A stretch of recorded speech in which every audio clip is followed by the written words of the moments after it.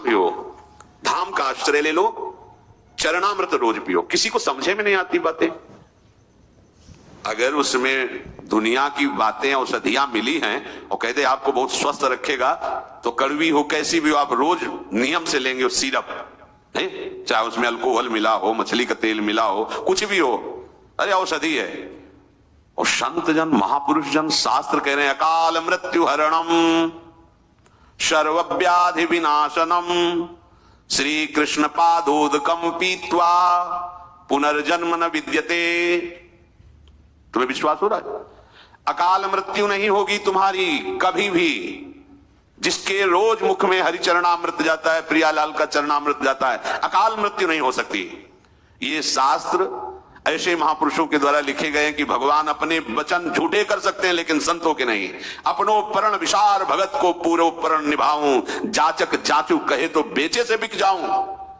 देखो भीष्म जी ने कहा कि आपने नियम लिया है, मैं युद्ध में अस्त्र नहीं ग्रहण करूंगा, मैं गंगा का बेटा नहीं कहूंगा, शांतन सुत नहीं कहूंगा, यदि युद्ध में आपको अस्त्र न धारण करवा दिया। तो भगवान ने अपनी प्रण को झूठा साबित कर दिया और लेकर रथ का पहिया दौड़ पड़े भीष्म जी को मारने के लिए। बोले बस यही बाण धनुष, यही देखना चाहता था कि आप अपना प्रण निभाते हो या अपने भक्त का। अपनो प्रण विसार भगत को अकाल मृत्यु हरणम, चिल्ला चिल्ला के कह रहे हैं, पैसा नहीं लगता। अपनी श्री जी को स्नान कर, राधा नाम को, या आप मंदिर से किसी भी, हमारे बड़े उदार ठाकुर है, चाहे आप राधा रमण जी चले जाओ, बिहारी जी चले जाओ, आप किसी, ये सब हमारे वृंदावनाधीश्वर श्यामा श्याम ही अलग अलग कुंजों में गए हैं तो रसिकों ने लाड लड़ा के उनको अलग अलग नाम से पुकारा, वही गलबहियां दिए गए तो राधा रमण वही गए, बांके बिहारी वही, राधा वल्लभ। वृंदावन में और कोई है क्या? वही श्यामा श्याम, तो विविध नाम रूपों से दुलार उनका किया जा रहा है। चरणामृत का भैया नियम ले लो। अगर सत्संग सुनते हो, संतों की वाणी पर श्रद्धा है, तो चरणामृत के बिना आपकी जिह्वा में कुछ खान पान की सामग्री नहीं जानी चाहिए। आज से नियम ले लो। श्री जी का चरणामृत अपने घर में श्री जी को स्नान, वही है, विश्वास करो। राधा नाम का यदि चरणामृत वही है, पर नियम से लो कि बिना चरणामृत मुख में डाले हमारे जीवन पोषण के लिए और कुछ नहीं जाएगा। पहले चरणामृत, फिर पानी, फिर भोजन, फिर ये दिनचर्या। अकाल मृत्यु हरणम, तुम्हारी अकाल मृत्यु नहीं हो सकती। कोई भी रोग होगा, रोग होगा, लेकिन विनाशनम, उसकी सामर्थ्य रोग का विनाश करता रहेगा चरणामृत। हम जी रहे हैं चरणामृत से, इनकी कृपा से, लेकिन हम आपको एक सही दवा बता रहे हैं, चरणामृत। अगर आप भावना करोगे तो चरणामृत आपके रोग को भले बना रहे लेकिन उसको निष्प्रभावित रखेगा, उसका प्रभाव नहीं पड़ेगा। अगर आप प्रभु के चरणामृत को पीते हो तो अगला जन्म नहीं होगा, विश्वास मान लो ना। अकाल मृत्यु हरणम सर्वव्याधि विनाशनम श्री कृष्ण पादोदकम पीत्वा पुनर्जन्म न विद्यते। भगवान अपनी बात काट सकते हैं, ये भगवान जो महापुरुष के रूप में लिखते हैं ये बात नहीं काट सकते। ये बड़े बड़े संतों के अनुभव की बात आज हम भूले हुए। नियम से चरणामृत लो, आज से नियम ले लो सब। गुरु कृपा से 2500 वर्ष से ये चल रहा है। सबसे पहले चरणामृत गुरु कृपा से हमारी सामर्थ्य नहीं कि हम ऐसा निर्वाह कर सकते, या चरणामृत का हमारे प्रति ऐसा श्रद्धावा होता, क्योंकि काशी के उपासक रहे हैं, तो ज्ञान मार्ग भी रहे हैं, पर गुरु कृपा से ऐसा उन्हीं की कृपा से चल रहा है। किसी दिन बिना विघ्न के भी कोई ऐसा विघ्न नहीं पड़ा। जिस दिन पहले चरणामृत, इसके बाद और पहले चरणामृत, तो ये आप सब नियम ले। और अगर कहीं संतों का चरणामृत मिल जाए तब तो सोने पे सुगंध आ गई ऐसा समझ लो। हरि चरणामृत भी पियो और संतों का भी चरण, ये हमारे महाबल हैं, इसे माया नहीं काट सकती। चरणामृत और रोज चरण रज लगाओ वृंदावन की, ये सब महापुरुषों से अब कई बार आपसे कहा, आप नहीं समझ पा रहे। यहां कोई भी कण नहीं जो प्रेमी भक्तों के आंसुओं से भींगा ना हो। तो अपने लोग तो इस कोटि के हैं नहीं, पर यहां ऐसे महाभागवत में रात दिन पुनर्जन्म न विद्यते। भगवान अपनी बात काट सकते हैं, ये भगवान जो महापुरुष के रूप में लिखते हैं ये बात नहीं काट सकते। ये बड़े बड़े संतों के अनुभव की बात आज हम भूले हुए हैं। नियम से चरणामृत लो, आज से नियम ले लो सब। गुरु कृपा से 2500 वर्ष से ये चल रहा है। सबसे पहले चरणामृत, गुरु कृपा से हमारी सामर्थ्य नहीं कि हम ऐसा निर्वाह कर सकते या चरणामृत का हमारे प्रति ऐसा श्रद्धाभाव होता, क्योंकि काशी के उपासक रहे हैं तो ज्ञान मार्ग के रहे हैं, पर गुरु कृपा से ऐसा उन्हीं की कृपा से चल रहा है। किसी दिन बिना विघ्न के भी कोई ऐसा विघ्न नहीं पड़ा। जिस दिन आप देखते पहले चरणामृत, इसके बाद पानी, इसके बाद और कोई, पहले चरणामृत। तो ये आप सब नियम ले और अगर कहीं संतों का चरणामृत मिल जाए तब तो सोने पे सुगंध आ गई ऐसा समझ लो। हरि चरणामृत भी पियो और संतों का भी चरण, ये हमारे महाबल हैं, इसे माया नहीं काट सकती। चरणामृत और रोज चरण रज लगाओ वृंदावन की, ये सब महापुरुषों से अब कई बार आपसे कहा, आप नहीं समझ पा रहे। यहां कोई भी कण नहीं जो प्रेमी भक्तों के आंसुओं से भींगा ना हो। तो अपने लोग तो इस कोटि के हैं नहीं, पर यहां ऐसे महाभागवत हुए रात दिन अश्रुधारा चलती रही, किसी की आनंद अश्रुधारा, किसी की विरह अश्रुधारा। ये प्रिया प्रीतम के प्रेमियों की चरण रज, उनके आंसुओं से भींगी हुई है चरण रज, और स्वयं लाडले युगल सरकार के चरण चिन्हों से चिन्हित भूमि। आज भी प्रिया प्रीतम यही विहरण करते हैं। शरीर में रज लगाओ, चरणामृत पियो और वाणी से किसी की निंदा मत करो।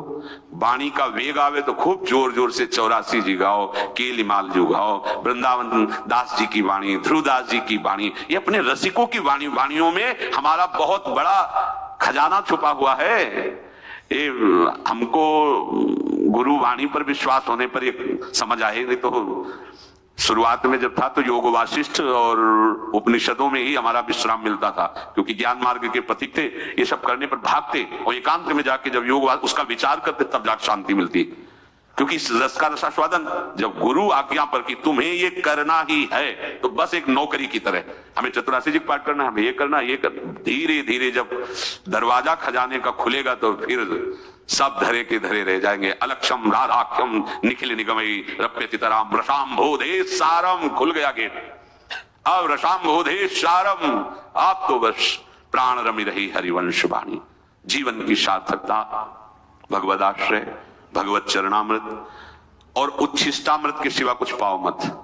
नियम ले लो, बहुत जल्दी ठीक हो जाएगा सब। ना ठीक होगा तो अंतिम ठीक हो जाएगा। जब तक प्रभु को प्रसाद ना लगा लो, भोग ना लगा लो, तब तक तुम कुछ मत पाओ। इसमें तर्क वितर्क मत करो। जो भी आपको मिले पहले भगवद अर्पित करो। यदि भगवद अर्पित नहीं तो अमृत भी हो तो मत चखना। इसी निष्ठा से प्रिया प्रीतम रीझ जाएंगे।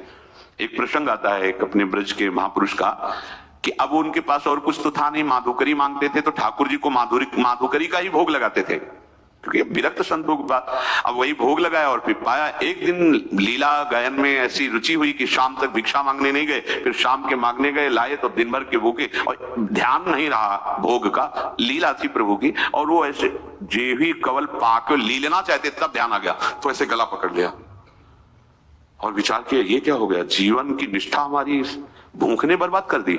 बिना प्रभु को भोग लगाए तो हम पाते गला काटते हैं। बड़े निष्ठावान थे, छुरी लेकर के ऐसा कैसे हो। ये निष्ठा की बात कर, जे भी छुरी उन्होंने ऐसे ली तो प्रभु आ गए, हाथ पकड़, ये क्या कर रहे हो। उनका प्रभु आजीवन हो गया, आपको समर्पित करते हो। बिना समर्पित किए हुए कैसे। तो बोले आप समर्पित कर दो। बोले आप जूठा हो तो बोले कल कौन सा मनिया लगाते थे, ब्रजवासियों का जूठा ली तो लगाते थे, तुम्हारे भाव से पाते थे, आज तुम्हारा सही लगाओ। प्रभु आ गए, आप मत करना कि जूठा खा के छुरी लगाए प्रभु आए कि ले गए। ऐसे प्रयोग लेके वो निष्ठा में होते, वो निष्ठा में होते। तो आप पहले निष्ठा बनाओ।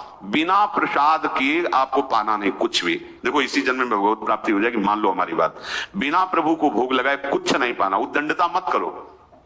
ब्रजवासियों का भी अगर भिक्षा न मिला है तो आपके पास छवि होनी चाहिए हरि गुरु आचार्य की। आप उनके सामने जाके दैन्य भाव से, नाथ मैं तो भिखारी हूं, कृपा का भिखारी, प्रभु कुछ नहीं आपके, ये ऐसे भोग अर्पित फिर पाओ। चरणामृत पियो, रज लगाओ, जितना बने नाम जप करो, मौन रहो, किसी की निंदा स्तुति मत करो। आप देखो इसी जन्म में आप महात्मा बन जाएंगे। अंदर की बात महात्मा, भेष परिवर्तन तो 2 मिनट में होता है। उद्देश्य आपका महात्मा हो जाएगा, आपकी स्थिति महात्मा हो जाएगी और फिर परमानंद का अनुभव दूर नहीं रहता। जब हमारे अंदर ये सब राग द्वेष मद और मत्सरता ईर्ष्या ये सब नष्ट हो जाती है ना, तो हमें आनंद कहीं लेने नहीं जाना होता। हमारा स्वरूप ही आनंद में है। इसी आनंद में स्वरूप से आनंद सिंधु का उगाहन होता है। ये देह आदि से जो सेवा जो होती है ये संपूर्ण सेवा नहीं है। देह आदि की जो सेवा है संपूर्ण सेवा, संपूर्ण सेवा है भाव की, भाव देह से। पर इसी सेवा से मलिनता नष्ट होती तो राग नष्ट हो जाता है शरीर का, फिर भाव देह का प्रादुर्भाव होता है। संपूर्ण सेवा इस शरीर से नहीं मानी जाती। संपूर्ण सेवा भाव देह से मानी जाती है, जो प्रिया प्रीतम की समीपता उससे प्राप्त होती है। इस शरीर को सेवा करके पवित्र करते हैं। इसकी पवित्रता का स्वरूप है इसका राग छूट जाना, देह भाव छूट जाना, मैं पुरुष हूं मैं स्त्री हूं भाव ही न रह जाना, तब भाव देह की प्राप्त, उससे प्रिया प्रीतम। आपको कुछ चिंता नहीं करनी, सब आगे हो जाएगा। फिर सुन लो, चरणामृत के बिना जबान में पानी भी नहीं जाने देना। प्रसाद के बिना भूखे रह सकते हैं लेकिन कोई भोजन नहीं पाना, चाहे मीठा हो फल हो कुछ भी हो। श्री जी को भोग लगा के ही पाना या श्री जी को भोग लगाया हुआ ही पाना है। और अपने जीवन का उद्देश्य किसी की भी निंदा नहीं करना है, किसी की भी स्तुति नहीं करना है, केवल अपने आराध्य। मौन बहुत आवश्यक है। ये बड़बड़ हर समय लगे रहना ठीक नहीं, उपासक का ये स्वरूप नहीं होता। चलते फिरते बातचीत कर, नहीं, मौन कितनी आवश्यक बात है जो बोलना जरूरी है। विचार करके बोलो, नहीं तो मौन रहो, क्योंकि अपराध बनने की संभावना होती है वाणी से। सबसे ज्यादा अपराध वाणी से करता है उपासक, और ये अपराध फिर मलिनता लाकर भजन नहीं होने देते। चरणामृत, चरण रज, निंदा स्तुति रहित भगवत आश्रित जीवन भजन ही भजन है, और इसी जन्म में उसे भगवत प्राप्ति हो जाएगी। पुनर्जन्म न विद्यते। हमारे पास तो बहुत सी सामर्थ्य है। एक बार प्रणाम कर लिया, कृष्ण प्रणामी न पुनर्भवाय। रोज चरणामृत पी रहे हैं, पुनर्जन्म न विद्यते। चतुरासी जी का पाठ कर रहे हैं, छुटी 84 भ्रमंते निर्खय। अब हमारी दुर्गति होगी, अब हमारा कल्याण नहीं होगा। ये रेणु पर मरिबो मंगल, कितनी बार भगवत प्राप्ति होगी। यहाँ पे एक एक पॉइंट में भगवत प्राप्ति है। इसलिए निश्चिंत रहो, निर्भय रहो, निशोक रहो, संशय रहित रहो, विपरीत भावना मत करो। अपनी लाडली जू की रहो, श्री राधा वल्लभ लाल की। मेरा गोपाल गिरधारी जमाने से निराला है। मेरा गोपाल गिरधारी जमाने से निराला